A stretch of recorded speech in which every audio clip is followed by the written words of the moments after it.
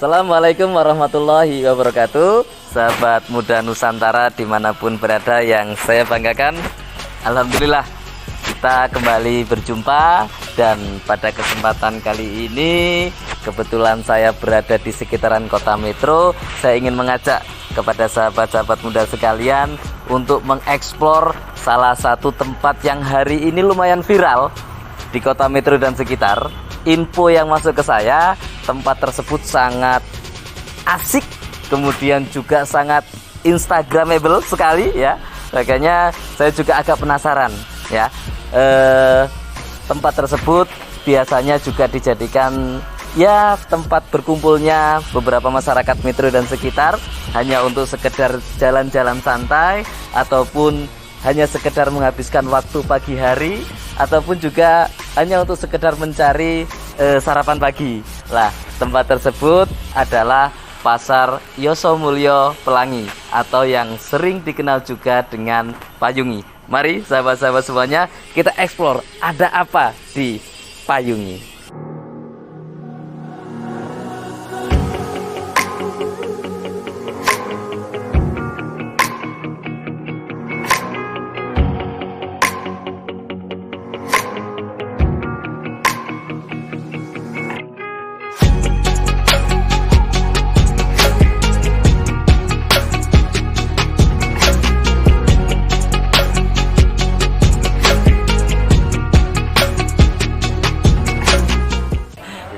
Oke, sahabat muda Nusantara, alhamdulillah saya tadi sudah berkeliling di beberapa lokus di Payungi ini. Ternyata ada hal yang sangat istimewa sekali karena saya langsung bertemu sama penggerak Payungi ya. Beliau ini adalah Mas Dharma dan kebetulan kita sudah pernah bertemu sekian tahun yang lalu, Mas ya. 5 tahun yang lalu. Sekitar 5 tahun yang lalu bertemu, alhamdulillah. Karena saya gampang dicireni, Mas Ge. Karena saya gampang untuk dikenali, maka tadi sempat ngobrol. Ternyata kita sudah pernah gerak bareng, ya, dulu di Lampung Timur, alhamdulillah. Tapi bagi saya ini sangat luar biasa sekali. Mas Dharma bisa menjelaskan bagaimana muncul ide kreatif yang sangat luar biasa ini. Ya, setidaknya biar memberikan inspirasi bagi teman-teman pemuda yang bisa menonton video ini, Mas Dharma. Payungi itu sebenarnya singkatan dari Pasar Yosomulyo Pelangi. Pasar Yosomulyo. Pasar Yosomulyo Pelangi. Jadi ini kan di Kelurahan Yosomulyo, Oh, Metro Pusat. okay. Metro Pusat ini sebenarnya di tengah kota ini, tapi kotanya Metro Pusatnya pinggiran. Karena kesananya Pekalongan. Pekalongan. Perbatasan, Mas ya? Perbatasan. Tapi ini Metro Pusat dan wilayah Yosomulyo. Dulu saya berimajinasi bahwa di tempat ini hanya ada kampung mural. Oke. Jadi sebenarnya saya warga baru ya, juga baru 2 tahun 6 bulanan lah.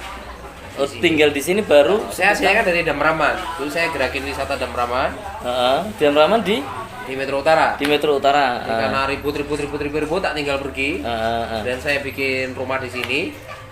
Saya sama istri saya nggak boleh kemana-mana. Pokoknya habis dari ngajar di kampus pulang, pokoknya nggak usah banyak tingkah gitu kan. Tapi ternyata saya punya tetangga yang juga cukup progresif gitu. Setiap habis subuh, habis isya, habis maghrib ngajak ngobrol terus kan. Intinya saya diminta untuk cawe-cawe ngurusin anak muda sini. Anak musola Sabil Mustaqim. Ininya embrionya dari situ. Kemudian karena setiap malam beliau datang sampai jam 11 malam, saya akhirnya ngomong, udah Pak, anak-anaknya coba bawa sini. Saya tanya, ada yang bisa mural, ada yang bisa geometri, gambar-gambar yang gitu. Oke lah, saya pilihkan cat, kita gotong royong terus. Nah ini saya kalau sudah gerak kan nggak bisa diam. Gerak terus sampai rumahnya tetangga saya catin, saya bikin gerakan, ayo sumbang cat. Jadilah itu namanya Gerakan Yosomulyo Pelangi. Oh iya, Gerakan Yosomulyo. Dulu Instagramnya begitu. Nah kan sekarang itu tahun berapa, Mas? Ya 2018 Mei lah. Sekitar Mei. Saya masuk April. Mei sampai Oktober saya bikin namanya Kampung Warna-Warni. Ini terinspirasi Jodipan Malam lah. Keren. Yosomulyo Pelangi. 6 bulan kita gerak. Kemudian Agustus saya bikin festival permainan tradisional. Karena saya ingin kenal orang-orang sini. Sebagai warga baru kan nggak boleh kurang ajar gitu kan. Nah, kenal anak-anak muda sini, kenal emak-emaknya, bapak-bapaknya, kita ajak main cuma dulu, kupak sodor macam-macam itu. Nah, Oktober, 28 Oktober, saya kumpulin emak-emaknya. Sebelumnya 28 Oktober berarti tanggal 21 lah. Saya kumpulin, saya putarin film Papringan, Temanggung Jawa Tengah. Oh iya, Papringan. Pasar di bawah pohon bambu. Iya, benar. 100 juta pergelaran. Iya. Gak ada yang percaya. Saya putarin film itu diem kabeh kan. Krik meneng kabeh kan. Tapi saya mulai melihat ya psikologinya adalah orang-orang ini tuh belum yakin apakah akan orang datang ke sini. Tapi sebagai penggerak, ya pengetahuan kita kan harus di atas mereka gitu. Semangat kita harus di atas mereka. Gagasan kita harus di atas mereka. Saya lihat ada duit di musola itu 15 juta. Ya, cukup nakal saya ini kan. Saya lihat Pak Soban juga ketua musola. Pak, itu kita lihat ada duit. Lah, iya Mas, kita pinjemin aja ke mama. Duit 15 juta di situ. Nah kalau nggak balik, ya saya sama jenengan balik gitu. Aduh, muncul ide-ide gilanya. Ya, dia jadi orang gila juga. Kalau saya kan udah gila dari dulu. Dari dulu. Ya, akhirnya orang ini kan akhirnya, ya kok you malu gitu, ikut ya. Dia ikut, oke udah yuk, Bismillah. Sebenarnya juga saya udah dibantu Genpi ya, teman-teman dari generasi pesona Indonesia itu support banyak. Artinya kita buat tempat ini jadi cantik ini ya. Tapi ternyata cantik saja tidak cukup. Tempat cantik itu akan usaha kita udah mural ini bolak-balik, habis mural timbul lagi mural lain, udah bolak-balik. 28 Oktober saya sudah siapkan infrastruktur medianya. Kita aktivasi medsos IG, fanpage, YouTube, pemberitaannya, video, desain grafis, bombardir tiap hari. Nah, 28 Oktober kita launching. Pas 28 Oktober. Kita mencoba hari Sumpah Pemuda. Keren. 2 tahun lalu kan. Nah, di situ alhamdulillah lah. Ya, orang datang. Dan hari itu kita dapat duit karena waktu itu saya masih pakai koin kayu. Oh ya. Jadi kalau orang masuk konsep kita papringan berarti papringan. Ya. Pakai koin gitu ya. Nah, kita bikin duit senilai 20 jutaan lah. Okay. Duitan itu. Jadi orang nuker pakai koin kayu. 16.800.000 saya ingat gelaran pertama. Ya itu udah agak sumringah lah. Oh, payu dah.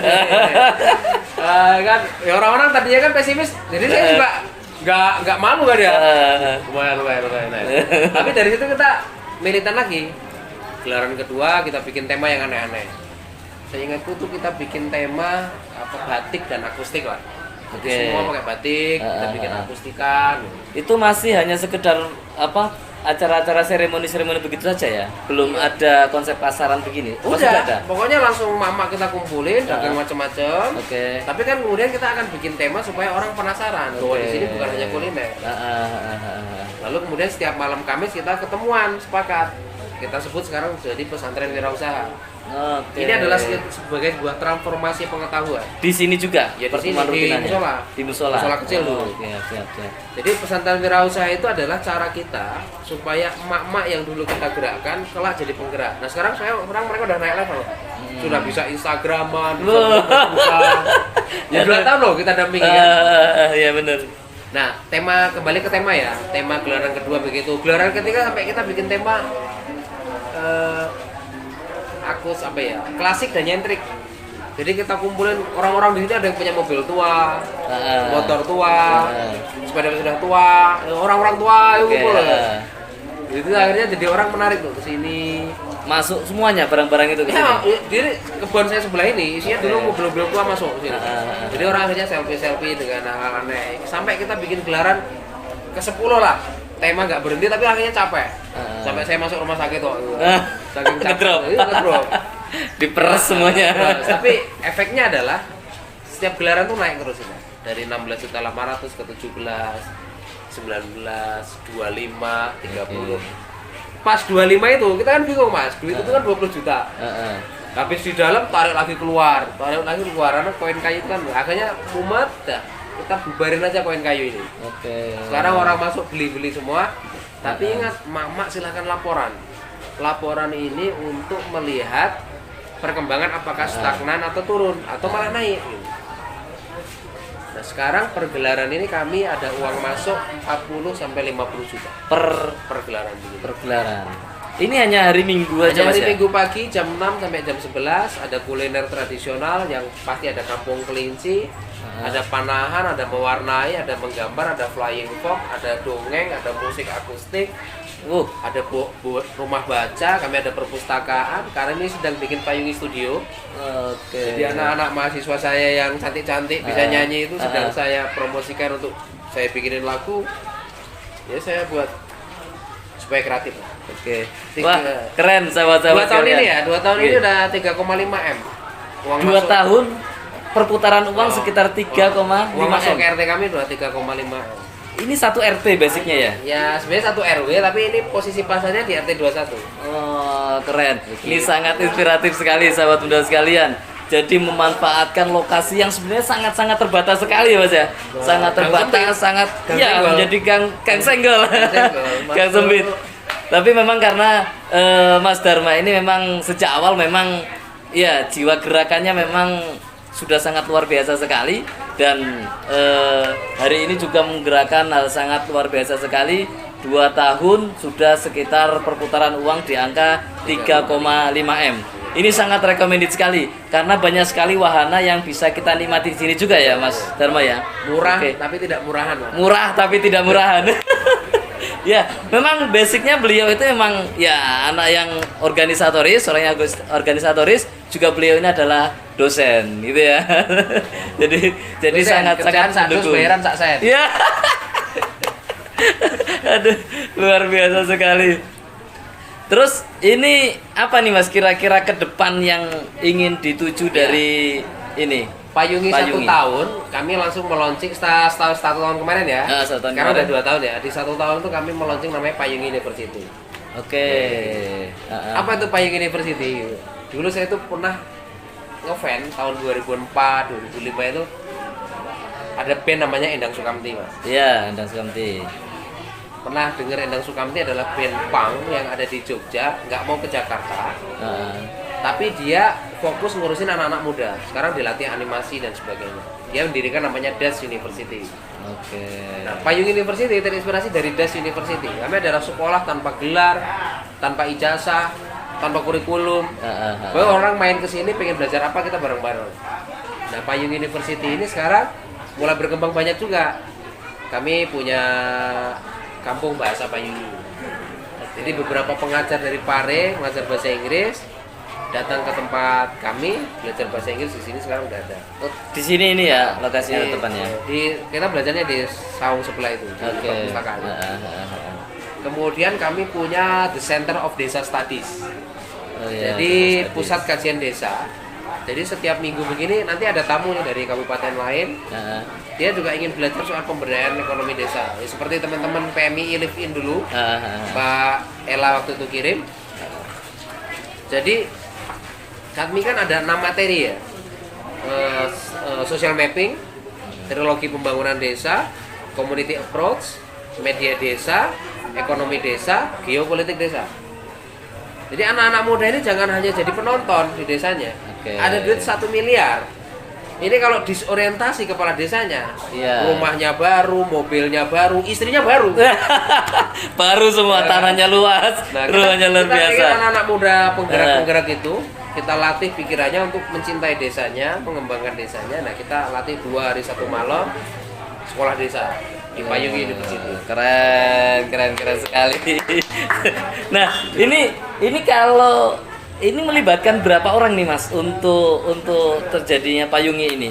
Wah, ini udah banyak nih ya, karena kan mamanya aja 40 lebih, belum suaminya jadi tukang parkir macam-macam. Anak-anak mudanya. Anak-anak mudanya kita bisa 70 sampai 100-an gitu loh. 70 sampai 100 orang. 70 sampai 100. Terus kalau yang pedagang-pedagang ini memang asli orang sini semua? Asli orang sini, tapi ada beberapa dari jauh pun, tapi dari RT sebelah. Oh, dari gitu. kelurahan sebelah yang dekat-dekat. Tapi karena berarti benar-benar pemberdayaan masyarakat lokal sini gini, ya. Pedagang ini nggak hanya dagang Mas. Mereka wajib ikut pesantren wirausaha. Sabtu pagi gotong royong, Sabtu sore gotong royong, Minggu setelah gelaran gotong royong, wajib itu. Dan saya di sini sama Pak Soban sebagai penggerak awal tidak meminta uang ke mereka. Jadi saya nggak majikin mereka, nggak minta salam mereka. Sampai sekarang nggak? Kalau saya mau dapat duit saya dagang. Saya dagang madu, saya budidaya lebah tuh tadi. Budidaya lebah, saya dagang macam-macam, dagang kaos, dagang itu macam-macam lah, kopi, sebagainya, merchandise itu lah.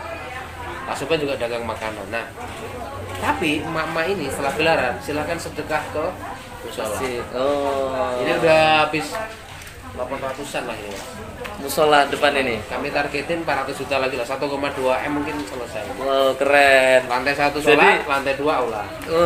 Jadi dari sini basic pendanaannya ya? Iya, tapi sumbangan macam-macam lah. Pengunjung, warga, pedagang, ya orang-orang baik lah. Kalau bangun musola jangan khawatir, pasti banyak. Pasti banyak. Orang Indonesia itu ya, kalau dukung gerakan musola senang. Tapi kalau yang begini dikira bukan ibadah. Karena ini ibadah ini. Sama-sama ibadah. Iya, karena apa? Kita bisa ngembangin ekonomi warga dan contoh gedok lah ya. Gedoknya Bu Nani itu bisa 1,2 juta. Kalau umur saya nggak panjang misalnya, ya saya pengen pasar ini tetap jalan dengan pemberdayaan tadi. Jadi kita harus menciptakan penggerak. Nah, emak-emak ini ada yang kami tunjuk lah untuk jadi koordinator mama, koordinator pedagang emak-emak. Pak Soban selalu ketua kan memastikan berjalannya pasar, persiapannya, promosinya, pembaruannya apa, malam Kamis ada pesantren Rawisa mau nyampein materi apa. Mama yang kita tunjuk namanya Putri itu megang kas iurannya emak-emak untuk kebutuhan pasar. Jadi gitu ya. Per gelaran begini bisa dapat 300-an. 300-an. Jadi dipatok misalnya 5.000 gitu enggak? Mereka sendiri yang punya ketentuan dengan omsetnya mereka. Oh gitu. Jadi mereka menyepakati dengan kalau ada yang omsetnya 4 juta, itu dia lebih. Ada yang omsetnya 2 juta, ada yang omsetnya 1.200.000. Kayak tadi Bu Nani jualan gedok modal 400.000, untung bersih 800.000. Jadi per gelaran dia dapat 1.200.000, untung bersih 800. Kali 4 3,2 juta. Dagang gedok. Dapat 3,2 juta. Keren. Nah, itu PNS itu kalah. ini per bulan total segitu ya. 4 kali ya. Per jam 4 hari dapat 3.200.000. Belum kalau gudeg Busundari itu per gelaran begini 4 juta. 4 jutaan. Jadi per gelaran ini dapat 2 juta dong. Pernah dapat 6 juta kok. Terus terkait dengan parkirnya? Ya parkir diurus bapak-bapak. Nanti sebulan sekali mereka ngumpulin untuk kas lagi. Jadi gitu. ya parkir kan untuk mereka juga ada gitu. Tapi ada juga untuk kas. Jadi ya nanti kami bukukan untuk keperluan beli apa. Jadi saya total nggak ngurusin uang itu lah. Tapi saya percaya pendelegasian ini menjadikan mereka orang-orang jujur. Oh kita ada uang sekian, mau dilaporkan kok tiap pesantren saya itu lah. Ada transparansi. Betul. Ini kan orang di pilkada banyak di kota ngomong smart city. Orang tahu nggak sih sejarah smart city? Smart city itu berawal dari persoalan kerusakan lingkungan. Lalu kemudian mengarah ke persoalan korupsi, tata perencanaan, tata kelola, transparansi, tidak adanya korupsi. Baru kita bicara digitalisasi, pelayanan berbasis teknologi kan gitu. Itu smart city. Tapi sekarang orang jualan smart city tapi nggak ngerti arah sejarahnya. Padahal PR-nya juga terlalu besar. Korupsinya juga masih. Kalau korupsinya masih, sudah. Jangan ngomong smart city. Benar. Selesaikan internal dulu. Baru nih ngomong smart village, keren. Tapi pastikan dulu lurahnya ini orientasinya benar. Jangan tadi itu rumahnya baru, mobilnya baru, istrinya baru. banyak kasus yang begitu. Makanya saya mereka sudah gagap karena dari tidak pernah megang duit banyak, kemudian jadi kepala desa harus pegang 1 M lebih bahkan. Waduh, mereka bingung mau apa ini. Nanti mungkin kita ngobrol di coworking space. Saya pastikan ada program-program kami karena itu kalau sudah masuk coworking space suasananya desa. Siap. Boleh kita nanti jalan-jalan. Kita langsung ke sana yuk. Oke, siap. Kita langsung ke sana. Saya ingin bicara soal desa lebih. Karena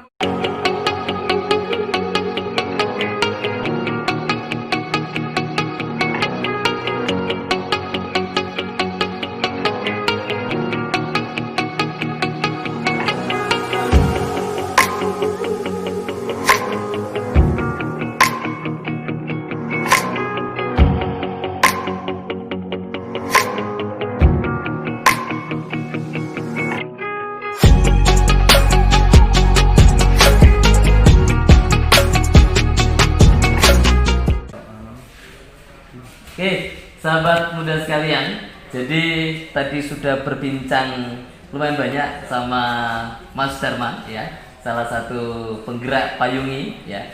Saya sekarang bersama dengan langsung ketua Payungi ya yang ada di Kota Metro ini, Pak Ahmad Soban ya. Jadi memang ini tempat bukan didirikan hanya sekedar untuk wisata saja, hanya untuk sekedar senang-senang saja, tapi ada tujuan-tujuan yang hendak dicapai oleh Payungi ini.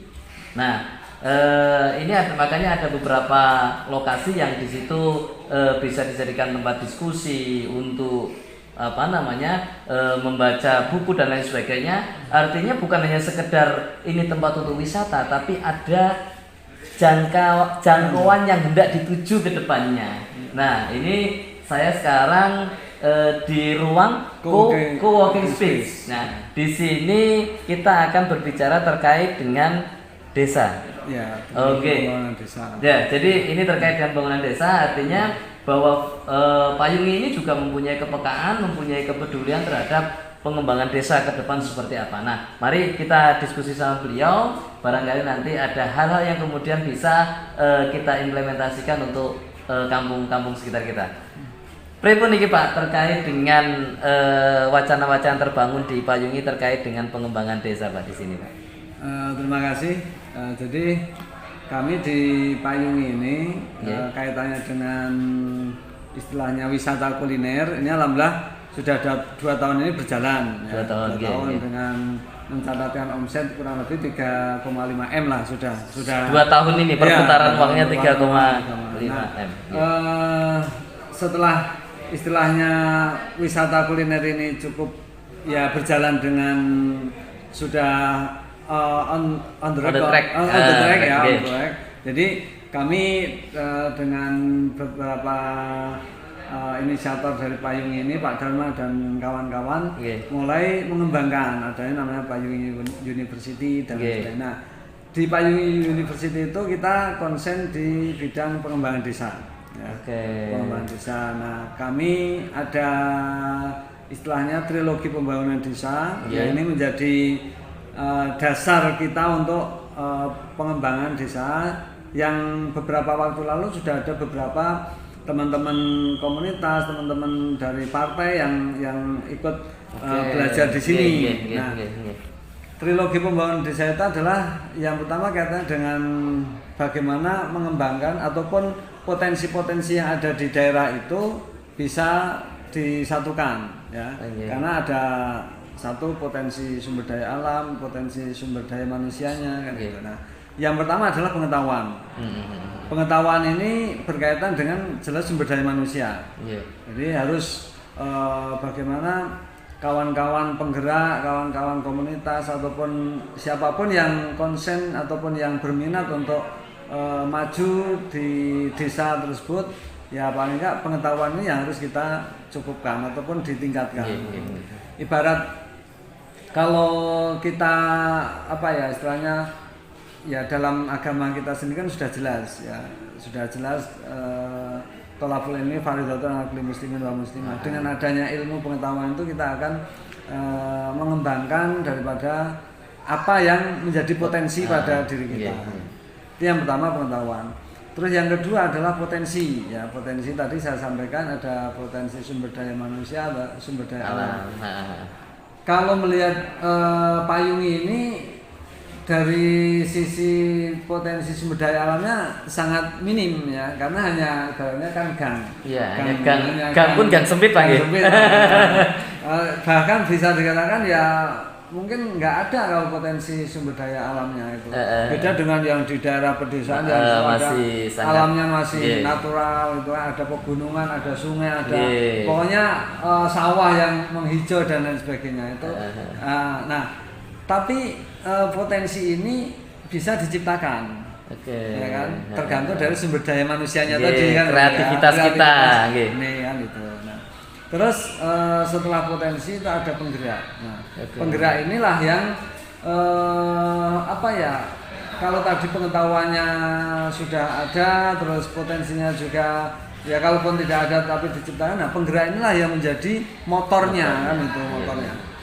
Penggerak ini kami dari payung ini sangat mengharapkan ya istiqomah kan itu kan. Istiqomah dalam artian ya berani memulai juga harus berkelanjutan, jangan hanya berani memulai tapi di tengah ditinggal.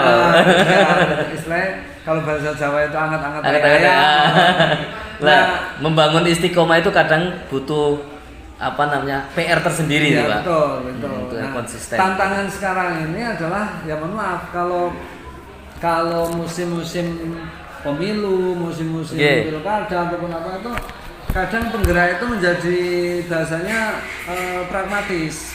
Pragmatisnya akhirnya pendekatan kepada pihak-pihak tertentu, apakah itu partai politik, apakah itu calon dan lain sebagainya, hanya untuk mengharapkan bantuan. Padahal kita di payung ini yang kita harapkan adalah, ataupun alhamdulillah dalam jangka 2 tahun ini bukan kita menolak bantuan, tapi kita tidak minta bantuan. Gitu Gitu. Ketika ada yang membantu, oke. Tapi kita tidak mengajukan mohon untuk dibantu dan lain sebagainya. Supaya apa? Militansi dari penggerak inilah yang diharapkan. Atau bahasa lain jangan gampang masuk angin gitu. Ketika ada ini ada langsung ngajukan proposal untuk bantuan. Nah, itu nanti khawatirnya masuk angin nanti. Di tengah jalan kalau nggak ada bantuan dia akhirnya nggak jalan. Padahal, itu penting gitu Pak. Itu menjadi kunci kalau kita melakukan pergerakan begitu ya Pak. Takutnya misalnya kalau hanya mengandalkan bantuan-bantuan ya kadang-kadang yang nguap juga kan, nggak bisa maksimal. Tapi kalau memang mereka dapat dari keringat sendiri kan juga lebih maksimal untuk penggunaannya Pak. Nah tapi sejauh ini pemerintah Kota Metro sendiri sudah pernah memberikan perhatian ke komunitas payungi ini apa belum? Alhamdulillah sudah. Kalau dari pemerintah itu pemerintah Kota Metro terutama ya cukup ini ya ada bantuan tapi dalam bentuk fisik ya. Dan kami bahasanya tidak menerima dalam bentuk uang finansial.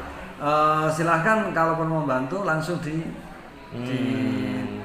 dipasang-pasang masing-masing. Ya, jadi ada kemarin bantuan drainase, terus ada dari langsung pribadi Pak Wakil Wali Kota waktu itu paping ya untuk memasang paping dan itu langsung beliau yang ini kan pokoknya drainase terus sarana prasarana yang ada dari CSR PB PB itu Putra Baru Group yang punya swalayan gitu kan. Jadi silahkan dibantu tapi bukan dalam bentuk finansial, langsung dipasangkan lah gitu. Mantap. Menghindari ya satu fitnahan itu kan. Terus yang kedua juga supaya kekompakan kami di payung ini tetap terjaga kan itu. Iya. Jadi benar-benar mental para penggeraknya ini benar-benar kita teruji di sini Pak. Terus kegiatan harian selain pagelaran ini apa aja Pak di teman-teman penggerak? Ya, untuk ibu-ibu itu setiap hari Sabtu ya sebelum gelaran itu memang pagi dan sore itu kita ajak untuk bergotong royong. Tuh. Terus minggu sore ini juga bergotong royong untuk membersihkan tempat kita berdagang ini. Karena ini kan namanya gang dan di depan rumah warga, di pekarangannya warga, jadi harus kembali bersih kan itu. Sabtu itu membersihkan persiapan gelaran, minggu sorenya dibersihkan supaya tetap kelihatan bersih. Nah di hari-hari berikutnya itu kadang ada pelatihan, apakah itu pelatihan yang kaitannya dengan tanaman, terus ada kemarin itu pelatihan kaitannya dengan pengelolaan sampah gitu kan. Terus setiap malam Kamis kita kumpulkan di musola ataupun di tempat-tempat di payung ini kita adakan namanya pesantren wirausaha. Keren. Di situ walaupun ya mak-mak tapi biar ini keren lah gitu. Tapi gitu. Semangat mereka, antusias mereka. Nah di situ kita ajarkan ya membaca Al-Quran lah, tadarus gitu kan. Terus juga ada tausiah, ada evaluasi dari kegiatan setiap hari minggu apa saja, seperti tadi ada dari Balai POM itu memberikan catatan-catatan. Nah, nanti akan kami sampaikan di malam Kamis itu. Setelah evaluasi juga kita perencanaan untuk ke depan itu apa, gitu kan. Ide-ide yang bisa muncul, dimunculkan apa. Terus memberi motivasi. Memberi motivasi ini penting karena apa? Ketika setiap gelaran ini kan ya ada semacam musiman gitu ya, musiman. Kadang pas rame jadi omsetnya naik, tapi pas karena cuaca mungkin hujan atau apa hanya turun. Nah inilah yang kita berikan motivasi, jangan sampai down lah itu kan, jangan sampai down. Terus juga ya antar pedagang biasanya kan namanya persaingan gitu kan. Nah, inilah yang di situ kita jaga, menjaga rasa, menjaga hati. Disitulah kita malam Kamis itu membahas itu semua. Maka kita kemas dalam bentuk namanya pesantren wirausaha. Walaupun ke depan nanti memang betul-betul kita akan ya insya Allah mengharap ridho Allah itu betul-betul membuat pesantren. Tapi memang ini masih ada planning ke arah sana. Itu betul-betul pesantren yang konsennya di bidang wirausaha. Keren. Kalau tadi pengembangan desa itu tetap ya, ini kan alhamdulillah sudah on the track kan gitu kan. Terus kita kembali lagi untuk anak-anak mulai dari anak kecil, anak muda, gitu pesantren wirausaha. Tapi keren ya Pak. Ini sangat inspiratif Pak. Nanti cobalah nanti saya akan ajak diskusi kawan-kawan anak-anak muda di sana. Barangkali ada hal-hal yang kemudian bisa kita adopsi Pak. Ya, dari Lamongan sudah kemarin mungkin disampaikan Pak Adari dari Sidomulyo. Oh nggak paham. Itu Pak Adari itu dengan beberapa kepala desa di sana, desa dan tokoh-tokoh pemuda di sana. Sudah kemarin, nah mungkin tinggal nanti ngeklikkan itu. Jenengan belum ketemu sih sama beliau. Pak Adari nanti Pak, yang punya MCM di pasar Sidomulyo itu, BMT atau apa? Siap. Nggih, matur nuwun niki Pak. Sama-sama. Waktunya ganggu waktu nih. Nggih, amin. Insyaallah bermanfaat sekali Pak. Nggih, terima kasih Pak. Ya, sama-sama.